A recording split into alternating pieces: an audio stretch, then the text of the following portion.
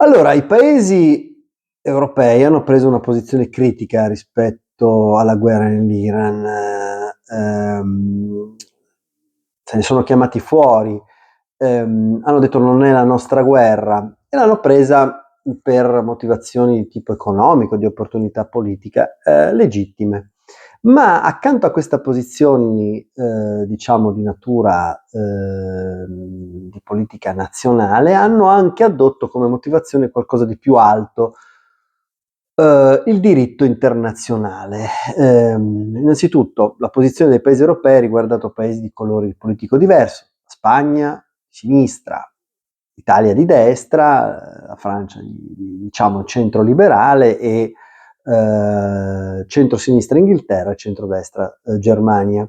Quindi ogni paese ha preso questa posizione. A me interessa riflettere proprio su questo tipo di richiamo del diritto internazionale. Ora, a che cosa si riferiscono i paesi europei quando richiamano il diritto internazionale? Beh, questo non è chiarissimo a mio avviso.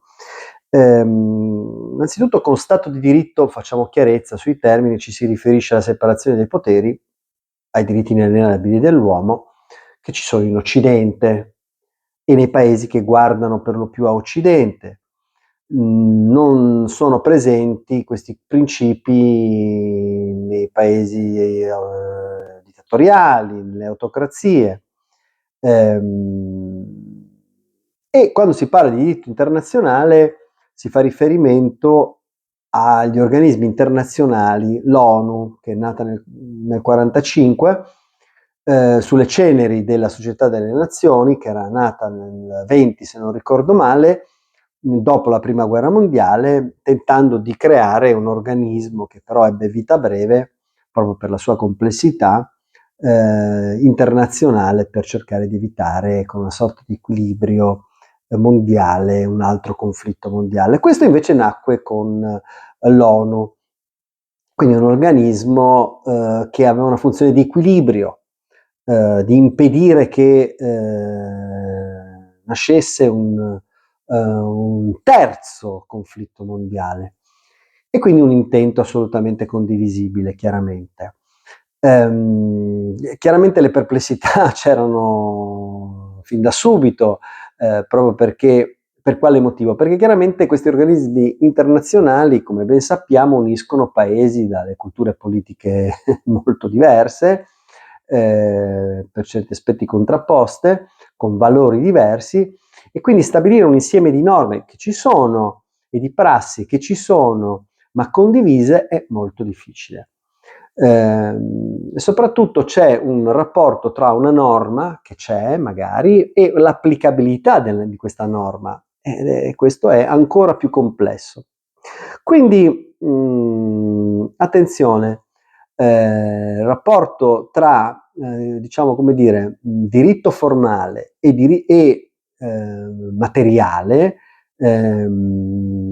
è molto importante, perché attenzione, molte volte dietro la norma si possono nascondere le pieghe attraverso le quali le dittature possono imporre la loro volontà e i loro desideri politici proprio dietro la norma, magari anche con gli intenti giusti. Pensiamo a Hitler. Hitler fa un colpo di stato nel 1933, nel febbraio del 1933, applicando una norma, un articolo della Costituzione di Weimar, che era praticamente la più democratica in Occidente, che permetteva al cancelliere di proclamare lo stato d'assedio.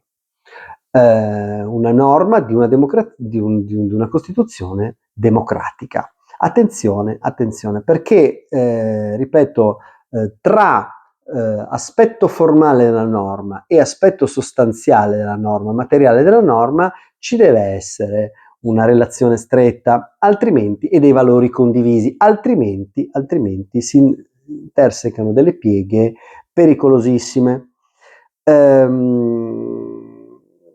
Ora, questo richiama, come dire, ripeto, sempre al diritto internazionale. Mi fa venire in mente un numero davvero molteplice di contraddizioni e di, come dire, diversità di applicazione dei principi. Perché l'Europa è intervenuta a difesa dell'Ucraina e non è intervenuta a difesa della Georgia?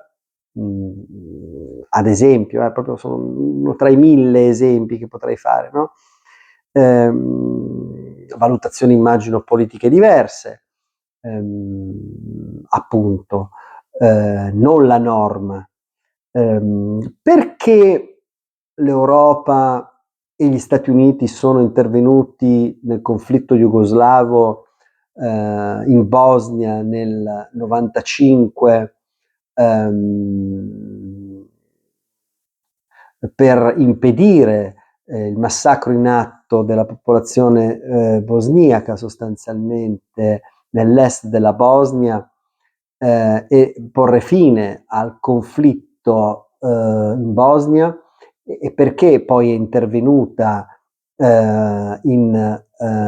attaccando la Serbia, bombardando Belgrado, e di fatto vedendo nascere la nascita di un nuovo Stato, il Kosovo. La motivazione addotta dalla NATO, dai paesi europei e dagli Stati Uniti d'America era per motivazioni umanitarie, che io condivido, che sia chiaro.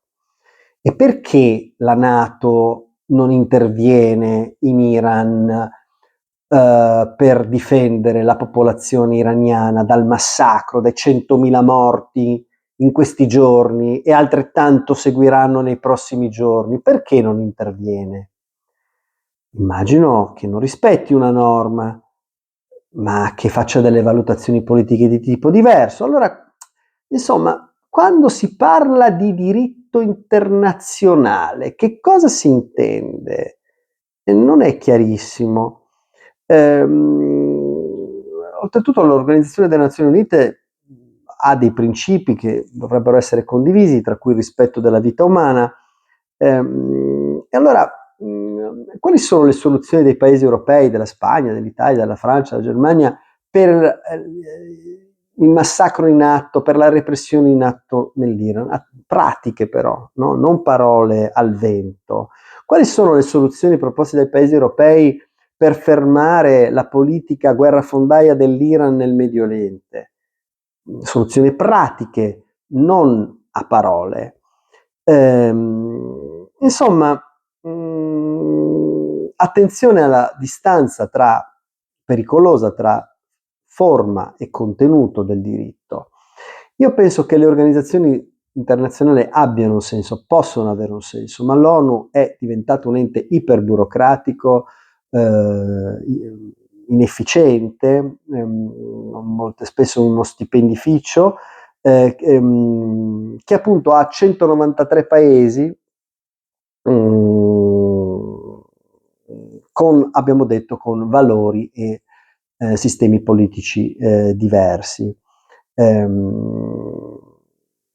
E magari dietro proprio le buone intenzioni, anche declamate, si possono nascondere poi dopo pessimi fatti. Pensiamo ad esempio, sempre tornando al conflitto jugoslavo, allo scempio che è stato compiuto dai caschi blu olandesi a Potocari, quando praticamente consegnarono a Ratko Mladic la popolazione bosgnacca, albanese, e permettendo, girandosi dall'altra parte, lo sterminio, uno dei peggiori stermini dopo la seconda guerra mondiale, di oltre 8.000 bosgnacchi per mano serba. Ma questo è solo un esempio, anche se veramente eclatante, delle contraddizioni e delle inefficienze.